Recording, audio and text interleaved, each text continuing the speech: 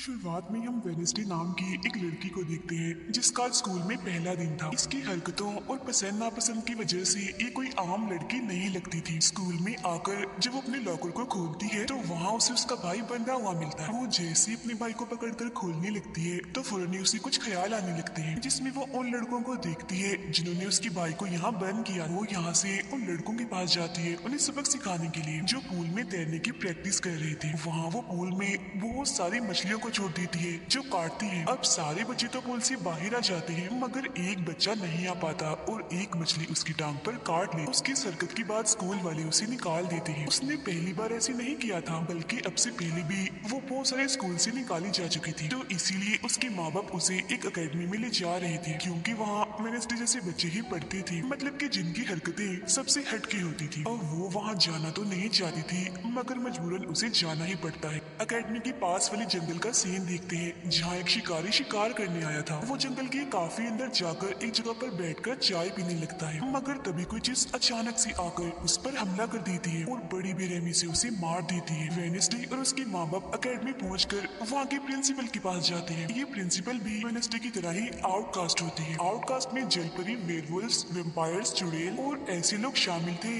जिनमें जादुई ताकतें पाई जाती हैं। और इस तरह के ही सारे बच्चे इस अकेडमी में पढ़ते हैं। वेडनेसडे के साथ जिसने कमरे में रहना था, यानी उसकी रूम में, उसने कमरे को काफी रंगीन बनाया हुआ था। इसीलिए सब कुछ वेडनेसडे को पसंद नहीं आता, क्योंकि उसे तो बस काला रंग ही पसंद था। यहाँ का सारा माहौल देखकर वो मुंह बना लेती है। तब उसकी रूममेट उससे पूछती है, तुम ठीक हो ना, क्या हुआ तुम्हें? जिस पर उसके डैड जवाब देते हैं, मेरी बेटी बड़ी अजीब है, काफी बोर है और बस इसे तुम जिंदा लाश समझो। अपने डैड की ये बातें सुनकर वेडनेसडे उन्हें घूरने लगती है। अब उसकी रूममेट उसे पूरी अकेडमी घुमा रही थी कि तभी एक लड़का वहाँ आकर वेडनेसडे से उसकी फेसबुक आईडी मांगता है, जिस पर वो कहती है, मैं कोई भी सोशल मीडिया इस्तेमाल नहीं करती, क्योंकि सोशल मीडिया हड्डियों को सड़ा देने वाली सिर्फ एक बीमारी है और कुछ भी नहीं। जाने से पहले वेडनेसडे की मॉम उसे कहती है, अब तुम यहाँ से कभी भाग नहीं पाओ। जिस पर वो कहती है, देख लीजिएगा, मैं आपसे वादा करती हूँ कि जल्द ही मैं यहाँ से भाग जाऊंगी। वहाँ से जाते वक्त उसके डैड वहाँ एक हाथ छोड़ देते हैं ताकि वो वेडनेसडे पर नजर रख सके। उधर जंगल में जब पुलिस छानबीन करने आती है तो उन्हें उस शिकारी की लाश के टुकड़े अलग अलग जगहों पर पड़े मिलते हैं। ऐसा हादसा वहाँ पहली बार नहीं हुआ था, बल्कि तीसरी बार ऐसा हुआ कि अकेडमी के इस जंगल में कोई मारा गया। और वेडनेसडे अपने कमरे की सारी रंगीन चीजें हटा देती है और अपने रूममेट से कहती है, शोर मत करो, कमरे में शांति बनाओ, क्योंकि ये मेरे नॉवल लिखने का वक्त। मगर वो तो गाना लगाकर डांस करने लगती है, जिससे वेडनेसडे को गुस्सा आ गया था और वो उसे गाना बंद करने को कहती है। तब वो रूममेट अपने पंजे दिखाकर उसे डराने लगती है, क्योंकि वो थी एक वेयरवुल्फ, मतलब कि आधी इंसान और आधी वुल्फ। तभी इधर एक टीचर आती है जो काफी अच्छी थी और वो वेडनेसडे को वेलकम के तौर पर एक फूल गिफ्ट देती। अब अगले दिन जब वेडनेसडे कहीं जा रही थी तो उसके डैड का छोड़ा हुआ वो हाथ छुप छुप कर उसे देख रहा था और फिर तभी उसके ऊपर एक स्टैचू गिरने वाला था, मगर बिल्कुल ठीक वक्त पर एक लड़का जिसका नाम जेवियर है उसे बचा देता। लेकिन इस हड़बड़ी में वो बेहोश हो गई थी और जब उसे होश आती है तो बजाय जेवियर का शुक्रिया अदा करने की वो उसे कहती है कि मुझसे ये उम्मीद मत रखना कि मैं तुम्हारी शुक्रगुजार रहूंगी, क्योंकि तुमने मुझे बचाकर गड़बड़ कर दी, मेरी इतनी अच्छी मौत को टाल दिया। जब जेवियर कहता है, मैं तुम्हें काफी पहले से जानता हूँ, जब हम 10 साल के थे तब हमारी मुलाकात हुई थी, हम दोनों खेल रहे थे तो मैं जाकर एक ताबूत में छुप गया, लोग मुझे जलाने ही वाले थे मगर तुमने मेरी जान बचा ली और आज मैंने तुम्हारी जान बचाकर हिसाब बराबर कर। वेडनेसडे जब अपने कमरे में आती है तो उसे अपने बेड पर कुछ महसूस होता है। वो जैसे बिस्तर हटाती है तो वहाँ उस हाथ को देखकर फौरन उसे पकड़ लेती है और पूछती है, तुम कौन हो और यहाँ क्या कर रहे हो? जिस पर वो कहता है, मुझे तुम्हारे डैड ने तुम पर नजर रखने को कहा है, वो ही मुझे यहाँ पर छोड़ कर गए हैं। और वो उसे कहती है, मगर आज के बाद तुम मेरे लिए काम करोगे, वरना मैं तुम्हें हमेशा हमेशा के लिए दराज में बंद कर दूंगी। तो वो इस चीज के लिए मान जाता है कि ठीक है, मैं हर तरह से तुम्हारी मदद करूंगा।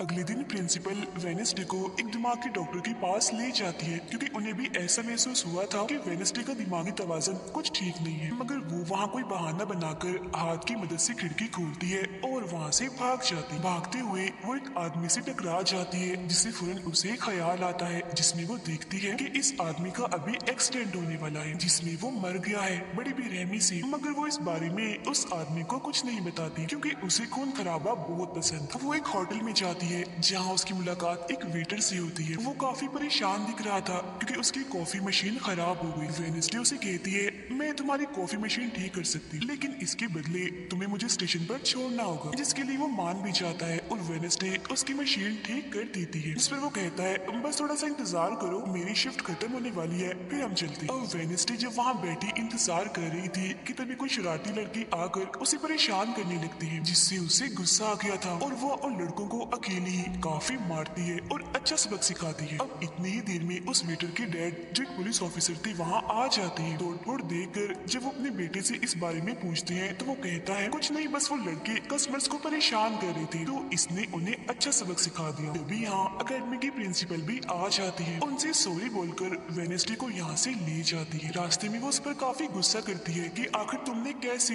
अकेडमी से भागने की कोशिश की। तभी उन्हें रास्ते में एक एक्सीडेंट हुआ नजर आता है जो उसी आदमी का था जिससे वेडनेसडे टकराई थी, जो देख प्रिंसिपल घबरा जाती है, कहती है मेरी दुआ है ड्राइवर को कुछ ना हुआ हो, जिस पर वेडनेसडे कहती है वो तो मर गया है और उसकी गर्दन भी टूट गई है। फिर अकेडमी में आने के बाद वेडनेसडे गिटार बजाने लगती है, वो काफी अच्छा बजा रही थी जिसकी धुन प्रिंसिपल के साथ साथ काफी बच्चों को भी पसंद आती। रूममेट जब कमरे में आती है तो उसकी नजर हाथ पर पड़ती है, जिस बारे में वो वेडनेसडे से पूछती है कि ये क्या चीज है, जिस पर वो जवाब देती है कि ये हमारी एडम फैमिली का एक मेंबर है। अब हम एक अनजान लड़के को देखते हैं जो लाइब्रेरी में जाकर एक किताब से एक सफा फाड़ लेता है जिस पर एक तस्वीर बनी हुई। उधर हाथ में डर के घर पहुंच जाता है, जिसे देख वो काफी डर गया था और उसे मारने लगता है। फिर हाथ उसे बैठने का इशारा करके उसे वेडनेसडे का नंबर देता है और उसे फोन करने का कहता है। फिर जब वेटर उसे कॉल करता है तो वो कहती है कि हमारी अकेडमी में एक त्योहार मनाया जाने वाला है जहाँ सभी बच्चे आएंगे, मैं वहाँ से भागने वाली हूँ और अगर तुम मुझे स्टेशन तक पहुँचा दोगे तो मैं तुम्हें काफी अच्छा इनाम दूंगी, जिस पर वो वेटर मान भी जाता है। जब वो त्योहार में जाती है तो देखती है कि प्रिंसिपल की नजर मुझ पर ही है, इसीलिए वो एक आदमी को पैसे देकर प्रिंसिपल का ध्यान भटकाने का कहती है। अब वेटर वहाँ आकर वेडनेसडे के जाने से पहले उसे उसके डैड का एक पुलिस रिकॉर्ड तोहफे में देता है जो उसने अपने डैड की फाइल्स में से चुराया था, क्योंकि उसके डैड एक पुलिस ऑफिसर जो थे। अब उस रिकॉर्ड को लेकर जैसे वो यहाँ से जाने लगती है तो तभी वो उस लड़के से टकरा जाती है जिसने बुक में से तस्वीर को फाड़ा था। टकराते ही वेडनेसडे को उस लड़के की मौत के ख्याल आने लगते हैं कि वो थोड़ी देर में मरने वाला है, जो बहुत ही भयानक थी। वो लड़का जंगल की तरफ जाने लगता है तो वेडनेसडे भी उसके पीछे जाती है और कहती है रुक जाओ, जंगल में मत जाओ, तुम्हारी जान को खतरा है, तुम मर जाओगे। मगर तभी वो उसे अपने जादू से उड़ाकर पेड़ पर लगा देता है और कहता है खतरा मुझे नहीं तुम्हें है, बल्कि तुम खुद ही खतरा हो और मैं सब लोगों को तुमसे बचा रहा हूँ। उस दिन स्टैचू को मैंने ही तुम्हारे ऊपर गिराया था। जिसके बाद वो उसे एक तस्वीर दिखाता है और कहता है इस तस्वीर में तुम ही हो जिसे मेरी मॉम ने 25 साल पहले बनाया था और ये उस वक्त की बात है जब वो इस अकेडमी में पढ़ती थी। मरने से पहले उन्होंने कहा था कि इस लड़की इन्हें तुम्हें मुझे रोकना होगा, नहीं तो तुम इस अकेडमी के साथ साथ पूरी दुनिया को ही तबाह कर दोगी। वो बस वेडनेसडे को मारने ही वाला था कि तभी एक बड़ा सा मॉन्स्टर आकर उस पर हमला कर देता है और बड़ी ही बेरहमी से उसे मार देता है। इसके बाद हम वेडनेसडे को उसके कमरे में देखते हैं क्योंकि उसने यहाँ से भागने के इरादे को खत्म कर दिया था, क्योंकि अब उसके दिमाग में बहुत सारे सवाल थे, जैसे कि मैं इस दुनिया के लिए खतरा कैसे हूँ, एक मॉन्स्टर ने आखिर मेरी जान क्यों बचाई, और साथ ही उसके डैड के खिलाफ पुलिस रिपोर्ट जिसमें उसके डैड के ऊपर एक कत्ल का इल्जाम था।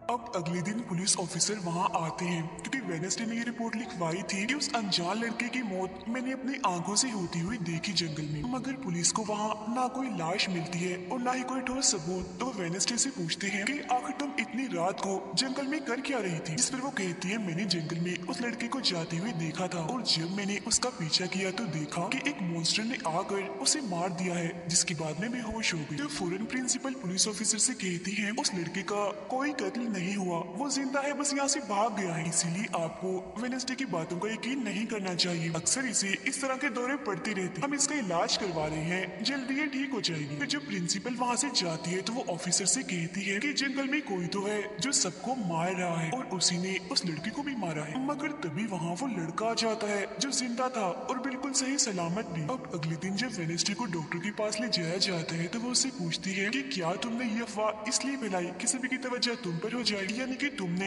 उस लड़के की मौत होते हुए देखा। जिस पर वो कहती है मैं जानती हूँ मैंने क्या देखा है, ओके, मुझे तुम्हें बताने की कोई जरूरत नहीं। अगले दिन उसे पता चलता है कि उसी लड़के को बगैर किसी वजह से अकेडमी से निकाला जा रहा है, इसीलिए वो अपने साथी और साथ को उस लड़के के पीछे लगा देती है। अब प्रिंसिपल के कहने पर वेडनेसडे एक एक्टिविटी में हिस्सा लेती है जिस मकसद के लिए वो क्लब ज्वाइन करती है, जहाँ उसके साथ सिर्फ एक ही लड़का था जिसके साथ उसकी दोस्ती हो जाती है। जब हाथ उस लड़के के पीछे जाता है तो देखता है कि वो अपना रूप बदल रहा है, जहाँ पहले वो एक बुरा इंसान और फिर एकेडमी के प्रिंसिपल का रूप ले लेता है, जिसके बाद हाथ आकर ये सारी बात वेडनेसडे को बता देता है। अब जब क्लास शुरू होने वाली थी तो जेवियर उससे कहता है कि मेरी साथ वाली सीट खाली है तो तुम यहाँ बैठ जाओ, तो वो उसके साथ आकर बैठ जाती है। जेवियर यहाँ मकड़ी की तस्वीर बना रहा था और फिर अपने जादू से वो उसे जिंदा भी कर देता है, मगर एक ही झटके में वेडनेसडे उसे मार देती है और उसकी राख उड़ा देती है। अब एक लड़की जो काफी बदतमीज थी और विलन में थी, उसकी और वेडनेसडे के बीच काफी बहस हो जाती है, क्योंकि दोनों ही एक दूसरे से काफी चिढ़ती थी, एक दूसरे को जरा भी पसंद नहीं करती थी। और इसके बाद वेडनेसडे अपनी जगह अपनी रूममेट को उस क्लब में भेज देती है जहाँ वो एक्टिविटी की प्रैक्टिस कर रही थी, और खुद वो अकेली ही चली जाती है एकेडमी के उस जंगल में मॉन्स्टर को ढूंढने के लिए। वेडनेसडे को वहाँ उस अनजान लड़के का टूटा हुआ चश्मा भी मिलता है, वही अनजान लड़का जिसे मॉन्स्टर को मारता हुआ इसने देखा था। और अब जैसे ही वो इस चश्मे को छूती है तो लाइब्रेरी में उसे वहाँ एक किताब भी दिखती है, तो वो उस किताब को खोजने लाइब्रेरी में चली जाती है, मगर उसे वहाँ उस तरह की कोई भी किताब नहीं मिलती, जिसके बाद वो चुपके से जेवियर के कमरे में चली जाती है, क्योंकि वो लड़का और जेवियर एक ही कमरे में रहती थी। वेडनेसडे और हाथ यहाँ पर उस किताब को ढूंढ रहे थे, मगर तभी यहाँ जेवियर आ जाता है, जिस वजह से वो बेड के नीचे छुप जाते हैं। तभी जेवियर के पास वो विलन लड़की भी आती है और उसे कहती है तुम मुझसे क्यों नाराज हो, अच्छा गुस्सा छोड़ो, सुलह कर लो, जिस पर वो मना कर देता है। अब उसके इनकार पर विलन लड़की को लगने लगता है कि ये सब वो वेडनेसडे की वजह से कर रहा है, इसीलिए वो कहती है कि कल मैं वेडनेसडे समेत तुम्हारे सभी साथियों की कश्तियों की धज्जियां उड़ाने वाली हूँ। बेड के नीचे छुपे वेडनेसडे और हाथ भी उसकी ये बात सुन लेते। कमरे में वापस आने के बाद वेडनेसडे अपने रूममेट से कहती है कि कल जो कश्तियों की रेस होने वाली है मैं भी उसमें हिस्सा लूं, और कुछ भी हो जाए उस घमंडी लड़की यानी विलन को मैं हरा कर ही रहूंगी। अब अगले दिन जब रेस शुरू होती है तो बताया जाता है कि इस मुकाबले का कोई भी असूल कानून नहीं है, जो भी टीम सबसे पहले गुफा में जाकर झंडे को लाएगी वही टीम जीत जाएगी, जिसके फौरन बाद गेम शुरू हो जाती है और विलन भी अपनी चालें चलना शुरू कर देती। वो अपनी एक जलपरी साथी की मदद से एक टीम की कश्ती को तुड़वा देती है, जिससे वो पूरी टीम पानी में गिर जाती है, मगर फिर जब वो जलपरी वेडनेसडे की कश्ती की तरफ आ रही थी तो हाथ उससे पहले ही जाल फेंककर उसे जाल में फंसा लेता है। अब किनारे तक सिर्फ तीन ही टीम्स पहुंच पाती हैं, और जब सारे लोग झंडा लेने अंदर जाते हैं तो रूममेट अपने पंजों से जोकर टीम की कश्ती में छेद कर देती है। फिर सभी के साथ वेडनेसडे जब झंडा लेकर आ रही थी तो उसे एक ख्याल आता है, जिसमें वो अपनी जैसी एक लड़की को देखती है जिसके हाथ में किताब थी। होश में आने पर झंडा लेकर वो वापिस से कश्ती में चली जाती है। जोकर की कश्ती तो छेद होने की वजह से वहीं पर ही डूब जाती है, जबकि जलपरी दोबारा से वेडनेसडे की कश्ती पर हमला करने लगती है, मगर हाथ पानी में जाकर जलपरी को जोर से मुक्का मार। अब वेडनेसडे अपनी कश्ती से बहुत सारे तीर निकाल कर विलन की कश्ती में छेद कर देती है, जिससे उसकी कश्ती डूब जाती है और वेडनेसडे की टीम इस रेस को जीत जाती है। अब ये 4 साल में पहली बार हुआ था जब उस विलन को किसी ने हराया था, इसलिए आज वो गुस्से में आग बबूला हुई।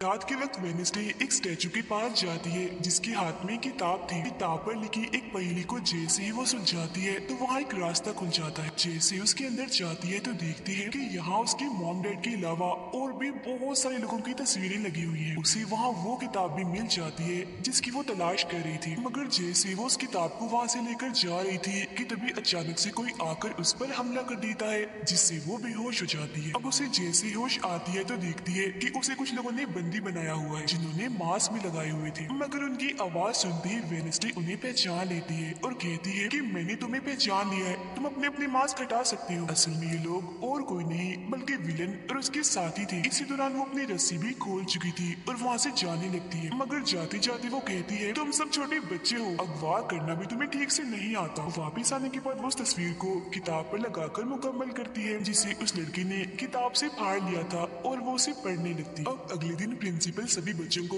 एक प्रोजेक्ट देती है जिसमें उन्हें शहर की सारी दुकानों पर जाकर काम करना था। शहर पहुंचने के बाद वेडनेसडे जेवियर को वो किताब दिखाकर पूछती है कि क्या तुम इस किताब को पहचानते हो, जिस पर वो कहता है हाँ, इस किताब को लेकर मेरे और उस लड़के के बीच में लड़ाई भी हुई थी जिसके बारे में तुमने कहा था कि मॉन्स्टर ने उस पर हमला कर दिया था। ये किताब एक जादूगर की है और 30 सालों से भी ज्यादा पुरानी है, तो तुम इसके साथ क्या कर रही हो। ये सुन वो उससे पूछती है तुम उस जादूगर के बारे में और क्या जानते हो। वो कहता है कुछ खास नहीं, अगर तुम उस जादूगर के बारे में जानना चाहती हो तो तुम्हें उसके घर जाना होगा, जो काफी पुराना एक खास घर है। अकेडमी के सारे बच्चे भी अलग अलग दुकानों में जाकर काम करने लगते हैं। वेडनेसडे एक वेट्रेस बनी थी, मगर उसका नखरा गुस्सा देखकर कोई भी उसे खाने की चीज नहीं लेता। वेडनेसडे का दोस्त पेस्ट्री खा रहा था कि तभी शरारती बच्चे आकर उसे परेशान करने लगते हैं। और बस फिर होना क्या था, वेडनेसडे वहाँ आती है और उन्हें खूब मारती है। इसके बाद वो अपने उस दोस्त को लेकर जादूगर के घर जाती है ताकि वो सारी सच्चाई जान सके कि आखिर बात क्या है, और उस किताब के बारे में भी। उसे वहाँ जादूगर की बहुत सारी चीजें और एक पेंटिंग भी दिखाई देती है। पेंटिंग में वो उसी लड़की को किताब पकड़ी हुई देखती है जो उसे गुफा के पास भी दिखी थी। उसके ख्याल में जब उनकी रेस में वेडनेसडे झंडा लेने गई, फिर उसे वहाँ इस पेंटिंग वाली लड़की की किताब भी मिल जाती है, मगर वो खाली थी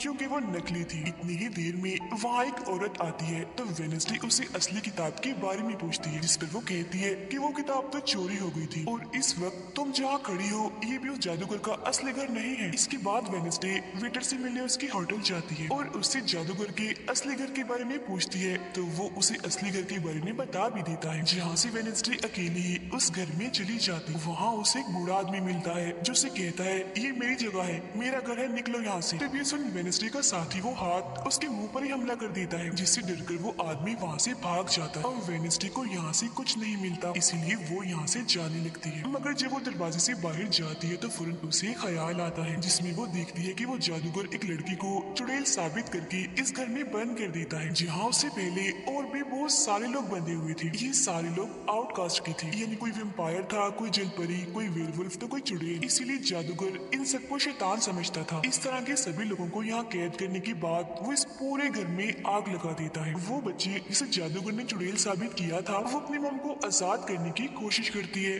मगर नहीं कर पाती क्योंकि सभी लोगों को जंजीर की मदद से जमीन के साथ बांधा हुआ था। सिर्फ वो बच्ची ही आजाद थी, इसीलिए अपनी माँ के कहने पर उसे बेसमेंट के जरिए वहाँ से भागना पड़ता है। जिसके बाद वो जादूगर जो बेहद ही जालिम था सभी आउटकास्ट के लोगों को जला देता है। अभी वो लड़की वेडनेसडे के पास आती है और कहती है वो बहुत ही जालिम है, हम सबको मार देगा। तब इतनी ही देर में वो जादूगर भी वहाँ आ जाता है, जिससे वेडनेसडे डर जाती है और वापस से होश में मतलब कि मौजूदा वक्त में आ जाती है। होश में आते वो हाथ से कहती है मैंने उस लड़की को देख लिया, उसने मुझसे बात भी की, मुझे लगता है वो मेरे खानदान की कोई मेंबर है। तभी यहाँ जंगल वाला मॉन्स्टर आकर इस घर पर हमला कर देता है, मगर जब उसकी नजर वेडनेसडे पर जाती है तो वो यहाँ से भाग जाता है।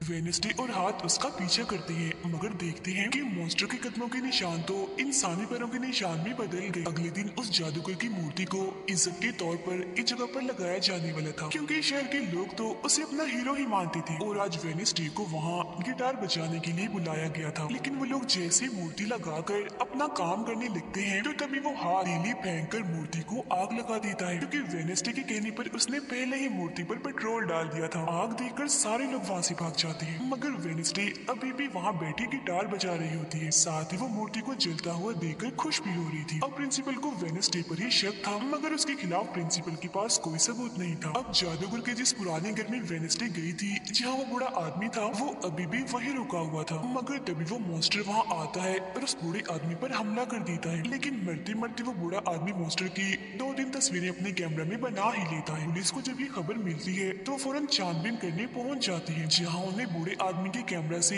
मॉन्स्टर की तस्वीर भी मिल जाती है। अगले दिन हाथ मुर्दा घर जाकर वहाँ लगे कैमरा पर कोई चीज लगा देता है ताकि जो वो करे उसे कोई ना देख सके। फिर वो दरवाजा खोलता है तो वेडनेसडे अंदर आती है। वो यहाँ दरअसल उस बूढ़े आदमी के जख्मों को देखने आई थी जिसे उस मॉन्स्टर ने मारा था। वो बूढ़े आदमी की लाश को देखकर सारा डेटा अपने पास रिकॉर्ड कर लेती है, जबकि हाथ उसकी एक फाइल बनाने में लग जाता है। तभी वहाँ डॉक्टर और पुलिस ऑफिसर भी आ जाते हैं। तब छुपने के लिए वेडनेसडे एक बॉक्स मिस हो जाती है। जब डॉक्टर उस बॉक्स को खुला हुआ देखते हैं तो फौरन उसे चेक करते हैं, मगर जब वेडनेसडे को उसमें पड़ा हुआ देखते हैं तो उन्हें लगता है कि ये भी एक लाश है, इसीलिए वो उस बॉक्स को बंद करके वहाँ से चले जाते हैं। मगर फिर जब हाथ उसे वहाँ से लेने आता है तो वो कहती है अच्छा तंग मत करो प्लीज, थोड़ी देर और सुने तो बड़ा मजा आ रहा है। फिर इसके बाद वो अपनी छानबीन से ये पता लगवा लेती है कि वो मॉन्स्टर असल में जिस्म के हिस्सों को इकट्ठा कर रहा है। फिर अगले दिन जब वो अकेडमी जाती है तो उसे जेवियर की गर्दन पर किसी के पंजों के निशान दिखते हैं। अब हम जेवियर जेवियर को एक केबिन से बाहर आता हुआ देखते हैं और क्योंकि वेनेसडे को उसके जख्मों पर पहले से ही शक था तो वो भी उसका पीछा करते करते वहाँ आ गई थी। उससे वहाँ पर बहुत सारी मॉन्स्टर की ड्राइंग्स और तस्वीरें दिखती हैं। एक तो तस्वीर को लेकर जैसी वो वहाँ से जाने लगती है तो तभी जेवियर उसे देख लेता है और जाने से रोक देता है, मगर वेनेसडे उसका ध्यान भटकाने के लिए उसे बस एक ही बात कह देती है कि क्या तुम आज रात होने वाली डांस पार्टी में मेरे साथ चलोगी। जिसके बाद वो जेवियर की बनाई मॉन्स्टर की ड्राइंग्स ले जाकर पुलिस ऑफिसर को दे देती है, जिस पर वो कहते हैं इससे हम किसी को भी नहीं पकड़ सकते, कोई ठोस सबूत लेकर आओ। अब वेनेसडे अपनी सारी रिसर्च को अपने दोस्त के सामने रख देती है ताकि वो उसकी मदद कर सके। उनमें से एक ड्राइंग को देखकर उसका दोस्त कहता है कि मैं इस जगह के बारे में जानता हूँ। जिसके बाद वो वेनेसडे को उस जगह पर ले जाता है जो एक गुफा थी जिसके अंदर जाकर उन्हें बहुत सारी हड्डियाँ और एक हथकड़ी भी मिलती है। थोड़ा छानबीन करने पर उसे वहाँ एक नोकदार बड़ा सा नाखून भी मिलता है जिसे वो अपने पास रख लेती है। जिसके बाद वो जेवियर के पेंटिंग वाले केबिन में जाती है और डस्टबिन से एक कपड़ा जिस पर खून लगा हुआ था उसे निकाल कर अपने पास रख लेती है। फिर जैसी वो वहाँ से जाने लगती है तो तभी वहाँ जेवियर आ जाता है और उसे पूछता है तुम यहाँ मेरे केबिन में क्या कर रही हो। उसके बाहर डालकर वो उसे पूछती है ये जो चोट तुम्हारी गर्दन पर है ये तुम्हें कैसे लगी। तब वो बताता है कि पिछले कुछ दिनों से ये मॉन्स्टर मेरे सपनों में आ रहा है इसीलिए मैं इसकी ड्राइंग्स बनाता हूँ, मगर एक दिन मैंने अपने जादू पर से कंट्रोल खो दिया और ड्राइंग के अंदर से मॉन्स्टर की पंजे ने निकलकर मुझे नोच लिया। लेकिन अब क्योंकि वेनेसडे उस पर शक कर रही थी इसीलिए वो उस पर काफी गुस्सा करता है और फौरन उसे यहाँ से जाने का कहता है। अब वेनेसडे वो खून लगा कपड़ा और नाखून जाकर पुलिस ऑफिसर को दे देती है और कहती है ये लो ठोस सबूत और बेशक डीएनए टेस्ट करवा लो, मेरे ख्याल से इतना सबूत काफी होगा, है ना। वो अपने दोस्त के पास जाती है और कहती है कि डांस पार्टी में जाने के लिए हमारे साथ कोई नहीं है तो हम ऐसा करते हैं डांस पार्टी में नहीं जाते बल्कि गुफा में जाकर मॉन्स्टर को ढूंढते हैं। जिसके बाद रात को वेनेसडे अपने दोस्त के साथ जंगल में जाने की तैयारी कर रही थी, मगर तभी उसके दरवाजे पर वेटर तैयार होकर आता है क्योंकि हाथ में उसे वेनेसडे की तरफ से डांस पार्टी में चलने की दावत भेजी थी। अब क्योंकि वेटर काफी खुश था तो वेनेसडे उसका दिल तोड़ना नहीं चाहती थी, इसीलिए वो अपने गुफा में जाने वाले प्लान को खत्म करके वेटर के साथ पार्टी में जाने का फैसला करती है। जब वेनेसडे वहाँ से जाने लगती है तो उसका दोस्त वहाँ आता है तो वो उसे कहती है आई एम सॉरी मैं पार्टी में जा रही हूँ, हम ऐसा करते हैं कल गुफा में जाएंगे।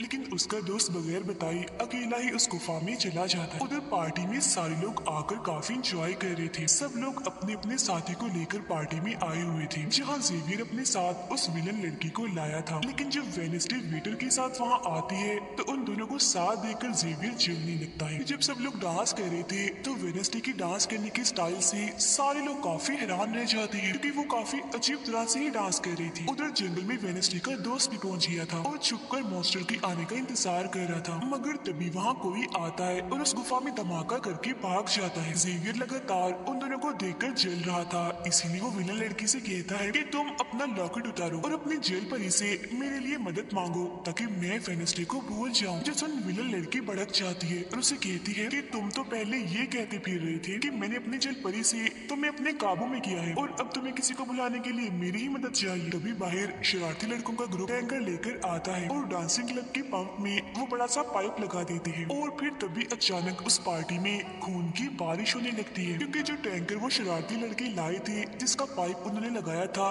उसमें दरअसल खून था। ये देख सारे लोग घबरा जाते हैं और पार्टी से भागने लगते हैं, मगर वेनेसडे वहीं खड़ी रहती है क्योंकि उसे तो अब और मजा आ रहा था क्योंकि वो बारिश खून की नहीं बल्कि कलर की थी जिसमें वो काफी इंजॉय कर रही थी। तभी वेनेसडे को ख्याल आता है जिसमें वो देखती है कि उसका दोस्त अकेला ही जंगल में चला गया है जहाँ वो मुसीबत में है, उसकी जान खतरे में है, इसीलिए वो जंगल की तरफ उसे बचाने के लिए भाग जाती है। उसके दोस्त के पीछे दरअसल वो मॉन्स्टर पड़ गया था जिससे बचकर वो भाग रहा था। वो मॉन्स्टर एक बार उस पर हमला करता ही है कि तभी वेनेसडे उसे ढूंढते हुए वहाँ आ जाती है। तब मॉन्स्टर उसे देखकर वहाँ से भाग जाता है। वो अपने दोस्त को बेहोश पड़ा हुआ देखकर काफी घबरा जाती है। इतनी ही देर में उसकी टीचर भी उसका पीछा करते करते वहाँ आ गई थी, जिसके बाद उसके दोस्त को हॉस्पिटल ले जाया जाता है और वेनेसडे खुद वापस अपने अकेडमी में आ जाती है जहाँ वो अपने डैड पर लगे इल्जाम को समझाने की कोशिश कर रही थी कि आखिर सच क्या। अकेडमी में सारे माँ बाप अपने बच्चों से मिलने आते हैं क्योंकि आज मीटिंग थी। प्रिंसिपल सबको बताती है कि वेनेसडे के दोस्त की हालत में सुधार हो रहा है, कुछ दिन के बाद ठीक होकर वो वापस आ जाएगा। मगर दूर खड़ी वेनेसडे अपने रूममेट को बताती है कि ये झूठ है, वो तो कोमा में है बेचारा। तभी यहाँ दोनों के माँ बाप आ जाते हैं और ये उनसे मिलने चली जाती है। वेडनेसडे अपने मॉम डैड को बताती है कि जब से आपने मुझे यहाँ छोड़ा है मेरे ऊपर बहुत सारे हमले हुए हैं। अब इन सभी को अपनी अपनी फैमिली से मिलता हुआ दूर खड़ी जेवियर और विलन लड़की देख रहे हैं, क्योंकि उनकी मॉम डैड आज भी नहीं आई। अब विलन लड़की सुधर गई होती है, साथ ही उसकी जेवियर के साथ दोस्ती भी हो गई थी, तो अब से हम उसे जेवियर की दोस्त कहें। तब इतनी ही देर में उसकी मॉम भी इधर आ जाती है, जिसे देखकर वो काफी हैरान थी। वेडनेसडे के माँ बाप प्रिंसिपल से मिलते हैं तो वो कहती है कि वेडनेसडे काफी अजीब तरह से सबसे पेश आती है, इसे डॉक्टर के पास ले जाएं इलाज करवाने के लिए। अब इससे पहले वहाँ उसके माँ बाप कुछ कहते फौरन वो बोल पड़ती है कि रुकिए जरा, डैड मैं आपसे कुछ पूछना चाहती हूँ। ये देखिए एक लड़का जिसका नाम गैरेट है, इसकी कत्ल का इल्जाम आपके सर पर क्यों है और ये कौन था? तब वेडनेसडे की मॉम उसे कुछ भी बताने से इनकार कर देती है। तो वो अपनी मॉम को ये कहकर यहाँ से चली जाती है कि मत बताइए, बाकी सबूत मैं खुद ढूंढ लूँ। वो सीधा जाती है हॉस्पिटल अपने दोस्त से मिलने, जहाँ उसका ख्याल वेडनेसडे का साथी हाथ रख रहा था। अब पता चलता है कि डॉक्टर ने अपनी जान ले ली है और ये डॉक्टर वही था जिसकी मुर्दा खाने से वेडनेसडे बूढ़े आदमी की लाश को देखने आई। मरने से पहले डॉक्टर ने एक खत भी छोड़ा था जिसमें लिखा हुआ था कि मैं गैरेट के केस पर शर्मिंदा हूँ क्योंकि मैंने उसकी झूठी रिपोर्ट बनाई थी। अब जब सारे लोग खाना खा रहे थे तो तभी वहाँ पुलिस ऑफिसर आकर वेडनेसडे के डैड को पकड़ लेता है और कहता है कि गैरेट की मौत के इल्जाम में तुम्हें गिरफ्तार किया जा रहा है। जेल में वेडनेसडे अपने डैड से मिलने जाती है, पूछती है कि बताएं गैरेट से आपका क्या वास्ता? तो वो बताते हैं कि गैरेट तुम्हारी मॉम से बहुत प्यार करता था, फिर एक दिन जब तुम्हारी मॉम और मैं साथ थे तो गैरेट ने आकर मुझ पर हमला कर दिया। मैंने अपना काफी बचाव किया, जिस दौरान गलती से उसकी मौत हो गई। ये सुन वेडनेसडे को उनकी बात थोड़ी झूठी लगती है। फिर वो पुलिस ऑफिसर के पास जाती है, कहती है मेरे डैड ने गैरेट को नहीं मारा और ये उनके खिलाफ साजिश की जा रही है। जिस पर वो कहता है दुनिया तुम्हारे हिसाब से नहीं चलती, हमारे पास सबूत आ गए हैं तुम्हारे डैड के खिलाफ। वो कहती है मैं नहीं मानती और मेरा ख्याल है कि जिसने मेरे दोस्त को मारने की कोशिश की उसने ही गैरेट को मारा होगा। पार्क में रूममेट अपनी मॉम के साथ बैठी थी, जहाँ उसकी मॉम चाहती है कि वो पूरी तरह एक वेयरवुल्फ बन जाए और वो उसे एक डॉक्टर के पास जाने का कहती है, मगर रूममेट ऐसा नहीं चाहती, इसलिए वो यहाँ से चली जाती है। अब वेडनेसडे अपनी मॉम के पास जाती है ताकि वो सारी सच्चाई जान सके। उसकी मॉम खुफिया लाइब्रेरी में थी। वो अपनी मॉम से कहती है कि आपने मुझे इस अकेडमी में इसलिए भेजा ना ताकि मैं हमेशा आपकी परछाई बन के रहूं। जिस पर उसकी मॉम कहती है कि ये सिर्फ अकेडमी ही नहीं बल्कि पहले यहाँ एक ग्रुप हुआ करता था जिसकी बुनियाद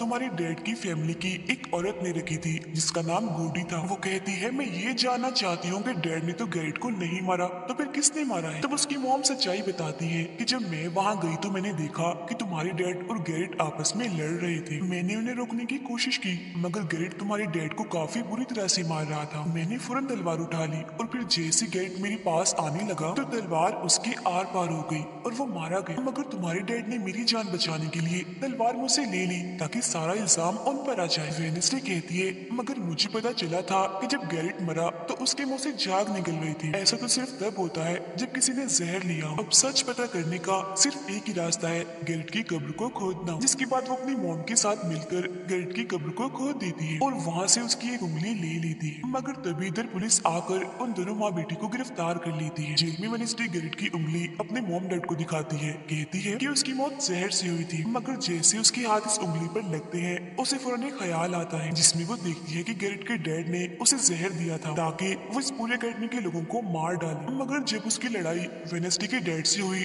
तो जहर की बोतल टूट गई जिससे सारा जहर गैरेट के अंदर चला गया, जिसका मतलब साफ था कि उसने वो वेडनेसडे के डैड को ही नहीं बल्कि पूरी अकेडमी को ही खत्म करने आया था। जेल से रिहा होने के बाद वेडनेसडे और उसकी मॉम मेयर के पास जाती है, कहती है आपने गैरेट की मौत के सच को छुपाया, उसकी मौत जहर से हुई थी न कि तलवार से और ये बात साबित भी हो गई है। जो सुन मेयर सब कुछ सच बता देता है जिसके बाद वेडनेसडे के डैड को भी रिहा कर दिया जाता है। अब वेडनेसडे अपनी मॉम को बताती है कि मुझे बहुत ख्याल आते हैं, जिस पर उसकी मॉम कहती है कि ये खासियत हमारे खानदान में है, ख्याल सबको आते हैं, अगर ख्याल हमारे कंट्रोल में ना रहे तो ये हमें पागल बना सकते हैं, इसीलिए हमारे खानदान के पुराने लोग आकर हमें आसान रास्ता बताते हैं और ट्रेनिंग देते हैं। तो वेडनेसडे फौरन बोलती है जैसे गुडी एडम्स जिसके बारे में आपने बताया था कि वो मेरे डैड के खानदान की है, जिस पर उसकी मॉम कहती है कि मुझे नहीं पता, बहरहाल तुम होशियार रहना, क्योंकि गुडी एडम्स बदला चाहती थी जिसके चक्कर में वो खुद भी नहीं बच पाई। फिर सबके माँ बाप अपने अपने बच्चों से मिलकर जा रहे थे। रूममेट अपनी मॉम को कहती है आप फिक्र मत करना,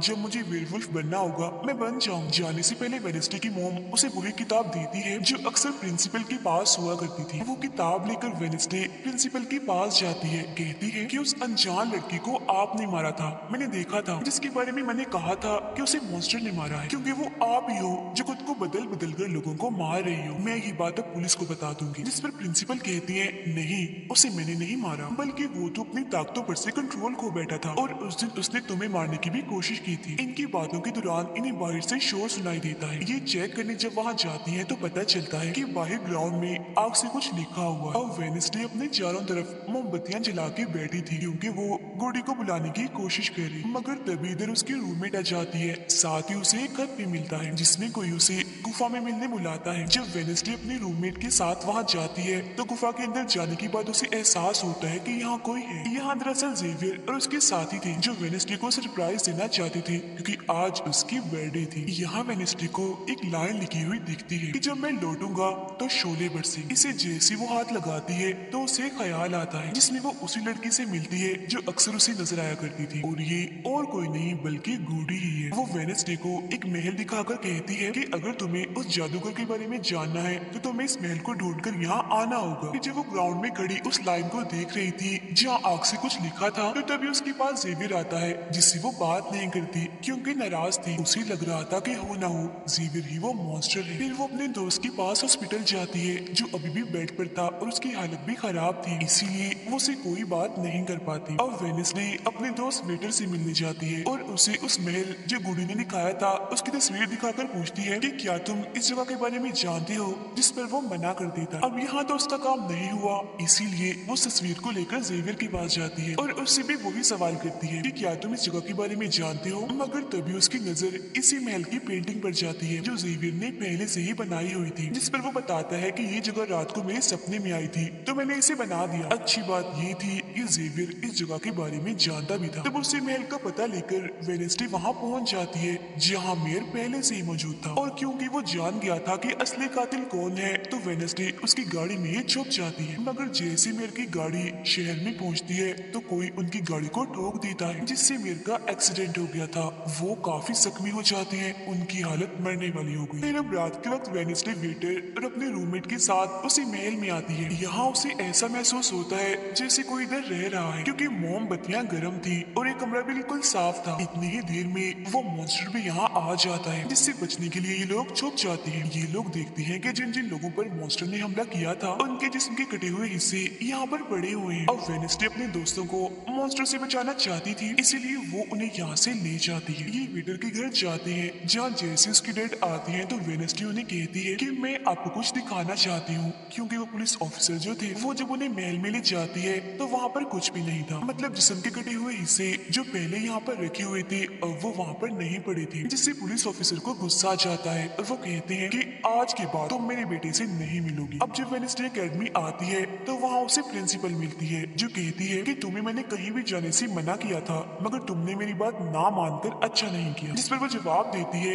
मैं सच का पता लगाने गई थी इसलिए मैं माफी नहीं मांगूंगी, मैंने कुछ गलत नहीं किया है। जिसके बाद वो प्रिंसिपल को एक पेंटिंग भी दिखाती है जिसमें वो जादूगर था और वेडनेसडे खुद थी। बताती है कि इसलिए वो अनजान लड़का मुझे मारना चाहता था क्योंकि उसे लग रहा था कि अकेडमी के लिए मैं खतरा हूँ, मगर खतरा दुश्मन कातिल तो कोई और ही है, जबकि मैं तो इस अकेडमी और सबको बचाना चाह रही हूँ, तो मुझे एक मौका मिलना चाहिए। प्रिंसिपल कहती है, नहीं, तुम कहीं नहीं जाओगी, आगे से ऐसी कोई भी गलती की तो मैं तुम्हें अकेडमी से निकाल दूंगी। और वहाँ से वो ये कहकर चली जाती है। वो जब अपने कमरे में वापस आती है तो देखती है कि रूममेट अपना सामान पैक कर रही है क्योंकि वो यहाँ से जा रही है। वो गुस्से में वेडनेसडे से कहती है कि तुम्हें सिर्फ अपना काम ही निकलवाना आता है, फिर चाहे इसके लिए तुम्हारे दोस्तों की जान क्यों ना चली जाए। आज वो अजीब सा मॉन्स्टर हमें भी मार देता। जिसके बाद वो यहाँ से चली जाती है। अब वेडनेसडे बिल्कुल अकेली रह गई थी, इसीलिए कमरे में एक जगह बैठकर वो उस बॉक्स को देखने लगती है जो वो जादूगर के महल से चुरा कर लाई थी। उसे बॉक्स के नीचे एक खत मिलता है जिसमें वेडनेसडे की अपनी ही बहुत सारी तस्वीरें होती हैं। जो देख वो कहती है, मेरी एडम्स फैमिली, जादूगर, मॉन्स्टर और मैं शायद किसी न किसी तरीके से जुड़े हुए हैं। और जब ये बात मेयर को पता चली तो किसी ने उनका मुंह बंद कर दिया, मगर मैं चुप नहीं बैठूंगी और तुम जो कोई भी हो मैं तुम्हें ढूंढ लूंगी देखना। अब मेयर की मौत हो गई थी और जब उन्हें दफनाया जा रहा था तो वेडनेसडे वहाँ आती है और सोचने लगती है कि कातिल यहाँ आए लोगों में से ही कोई है। मगर तभी उसे जंगल में कोई दिखता है। वो पीछे करती है तो पता चलता है कि और कोई नहीं बल्कि उसका अंकल है। अंकल बताते हैं कि मेरे ऊपर चोरी का इल्जाम है। तो कुछ वक्त के लिए मुझे छुप के रहना होगा। तब वेडनेसडे उन्हें एक केबिन में छुपा देती है और मॉन्स्टर की तस्वीर दिखाकर पूछती है कि आप इसके बारे में कुछ जानते हैं, जिस पर वो कहते हैं मैं ज्यादा कुछ तो नहीं जानता, अगर तुम्हें इसके बारे में जानना है तो तुम्हें खुफिया लाइब्रेरी में जाना होगा। वहाँ एक तिजोरी में डायरी है जिसमें इस मॉन्स्टर के बारे में सब लिखा है। आधी रात को वेडनेसडे उस लाइब्रेरी में जाती है जहाँ जेवियर पहले से ही मौजूद था। तब ये उसे कहती है जहाँ जहाँ मॉन्स्टर से हमला हुआ है वहाँ तुम पाए गए हो, तो हो ना हो मॉन्स्टर तुम ही हो। मगर वो उसकी बात को अनसुनी करके यहाँ से चला जाता है। तभी इधर उसके अंकल आते हैं। ये मिलकर डायरी को ढूंढ लेते हैं जिसमें इस मॉन्स्टर के बारे में सब कुछ लिखा था कि ये मॉन्स्टर किसी के कंट्रोल में भी आ सकता है और फिर बस ये अपने मालिक के कहने पर ही काम करता है। रात के वक्त वो अपने साथी हाथ को कहती है कि मैं वेटर से मिलने जा रही हूँ, तब तक तो मेरी डायरी का ख्याल रखना। ये जब वेटर के साथ गुफा के अंदर जाती है तो देखती है कि यहाँ उसने गुफा को सजाया हुआ है क्योंकि वो उसे शादी के लिए पूछने वाला था। वापिस आकर वेडनेसडे देखती है कि उसके कमरे का सारा सामान इधर उधर बिखरा पड़ा है और उसकी डायरी कोई चुरा कर यहाँ से ले गया है। फिर जैसे वो अपने साथी हाथ को देखती है तो घबरा जाती है क्योंकि उसकी हथेली में किसी ने चाकू आर पार कर दिया था और अब उसमें जान नहीं थी, वो मर गया था। फिर वो हाथ को लेकर जल्दी से अपने अंकल के पास आती है और दुखी होती हुई कहती है प्लीज अंकल कैसे भी करके हाथ को जिंदा कर दीजिए। तब अंकल बार बार बिजली के झटके उसे देते हैं जिससे वो जिंदा हो जाता है। वो उसे पूछती है अच्छा तुम पर हमला किसने किया था, जिस पर इशारों से वो बताता है कि मैंने नहीं देखा क्योंकि हमला पीछे से हुआ था। जिस पर वेडनेसडे गुस्से से भर जाती है, कहती है चाहे कुछ भी हो जाए मैं उसे नहीं छोड़ूंगी, वो जो भी है। और वो प्रिंसिपल को आकर कहती है किसी ने मेरे कमरे में तोड़ फोड़ कर दी है, साथ ही कोई उस डायरी को भी चुरा कर ले गया है। वो कहती है वो डायरी तो खुफिया लाइब्रेरी में थी तो तुम्हारे पास कैसे आई, तुम ऐसी हरकतें मत करो कि एकेडमी को बंद करना पड़े, ऐसा मैं होने नहीं दूंगी। फिर जब वेडनेसडे वहाँ से जा रही थी तो तभी उसके पास उसके साथी आते हैं और उसे जानकारी देते हैं कि गैरेट जिसकी मौत का इल्जाम तुम्हारे डैड पर था उसकी मॉम को किसी ने डबोकर मारा था और मरने से पहले उनकी सारी प्रॉपर्टी एक डॉक्टर ने हथिया ली थी। डॉक्टर नाम सुनकर वेडनेसडे को दिमाग के डॉक्टर पर शक होता है, इसीलिए वो सीधा उनके पास जाती है। कहती है कि मैं जानती हूँ आपके अंदर गैरेट की मॉम की आत्मा है जो सबसे अपनी मौत का बदला लेना चाहती है, अब बस कर दो, तुम्हारा खेल खत्म हुआ। जिसके बाद वो यहाँ से चली जाती है। ये सारी बातें सुन डॉक्टर को जरा भी समझ नहीं आती कि क्या बोल रही थी, इसीलिए वो फौरन प्रिंसिपल को कॉल करती है। कहती है वेडनेसडे आई थी, उसका बर्ताव काफी अजीब था, उल्टी उल्टी बातें कर रही थी वो। अब तभी यहाँ मॉन्स्टर आ जाता है जो डॉक्टर पर हमला करके उन्हें मार देता है। अब डॉक्टर तो मर गई थी, इसीलिए वेडनेसडे की शक की सुई अब जेवियर पर आ जाती है, इसीलिए वो उसे मिलने उसके कैबिन में जाती है। यहाँ उसे मरे हुए लोगों का सामान भी मिलता है जिससे उसका शक और पक्का हो जाता है। अब तभी इधर पुलिस भी आकर जेवियर को पकड़ लेती है क्योंकि पुलिस को यहाँ पर वेडनेसडे ने ही बुलाया था। अब जब वेडनेसडे कमरे में आती है तो उसकी रूममेट वापिस आ गई थी। कहती है तुम्हारा और मेरा कोई ताल्लुक है, मैं तुम्हारे साथ रहना चाहती हूँ, मैंने तुम्हें और हाथ को बहुत याद किया। फिर इसके बाद वेडनेसडे पीटर के पास जाती है जहाँ उसे फिर से कुछ ख्याल आने लगते हैं जिनमें वो देखती है कि मॉन्स्टर और कोई नहीं बल्कि वेटर ही है जिसे वो पसंद करती है। मगर फिलहाल वो उसे कुछ नहीं कहती, उसे एक जगह पर लाती है और फिर कहती है कि जेवियर को तो फंसाया जा रहा है जबकि असली मॉन्स्टर तो तुम ही हो। मगर वो इसके लिए बार बार मना करता है। तभी यहाँ वेडनेसडे के सारे दोस्त भी आ जाते हैं और वेटर को पकड़कर कुर्सी से बांध देते हैं। अब वेडनेसडे उस पर जुल्म करना चाहती है मगर उसके दोस्त ऐसा करना नहीं चाहते, इसीलिए वो यहाँ से चले जाते हैं। फिर जैसे ही वो वेटर को मारने के लिए आगे बढ़ती है कि तभी वेटर के डैड पुलिस ऑफिसर यहाँ आ जाते हैं और वेडनेसडे को गिरफ्तार कर लेते हैं। हालांकि वो उन्हें कहती भी है कि असली कातिल आपका बेटा है, वही मॉन्स्टर है ये, मगर वो उसकी एक नहीं सुनती। फिर जब वो यहाँ से जा रही थी तो वेटर उसके पास आता है, कहता है कैसा लगा हारना, अभी तो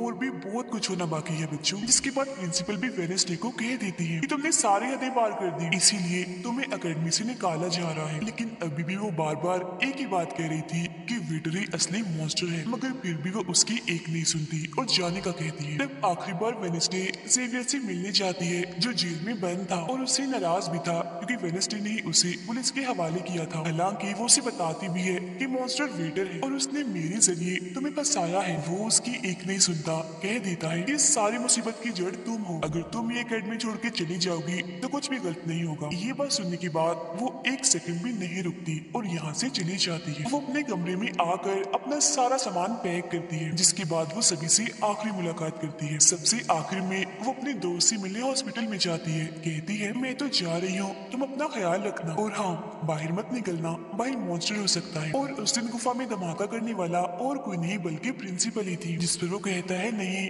धमाका करने वाले के जूते लाल थे, जबकि प्रिंसिपल कभी भी लाल जूते नहीं पहनती। ये बात सुनकर वेडनेसडे को पता चल जाता है कि असली कातिल कौन है। वो अपनी उसी टीचर के पास जाती है जिसे सब पसंद करती थी और कहती है बाकी लोग तो बिला वजह मारे गए हैं, जबकि असली कातिल तो तुम ही हो। तुमने ही वेटर को अपने कंट्रोल में करके उसे मॉन्स्टर बनाया और धीरे धीरे उसे अपना गुलाम बना लिया, अपने इशारों पर नचाकर लोगों को उसके जरिए मरवाया। तभी यहाँ वेटर भी आ जाता है, जिसे वो टीचर कहती है जल्दी करो, वेडनेसडे को मार दो। लेकिन दरअसल की वेटर नहीं थी बल्कि प्रिंसिपल थी, जो रूप बदल कर यहाँ पर आई थी। और अब टीचर प्रिंसिपल के गले में जहर का इंजेक्शन घुसा देती है, जिससे प्रिंसिपल बेचारी मारी जाती है। फिर वो वेडनेसडे को भी बांध कर जादूगर की गुफा में ले आती है। गुफा में आकर वेडनेसडे को पता चल जाता है कि जिन मरे हुए लोगों के जिस्म के हिस्सों को इकट्ठा किया गया था वो दरअसल जादूगर को दोबारा से जिंदा करने के लिए किए गए थे। तभी यहाँ टीचर जो असली विलेन थी वेडनेसडे को बताती है कि जब गूडी ने जादूगर को मारा था तो गूडी ने अपने खून से जादूगर की कब्र पर एक ताला लगा दिया था, और अब जादूगर को जिंदा करने के लिए हमें गूडी की फैमिली मतलब एडम्स फैमिली की किसी इंसान का खून चाहिए, साथ ही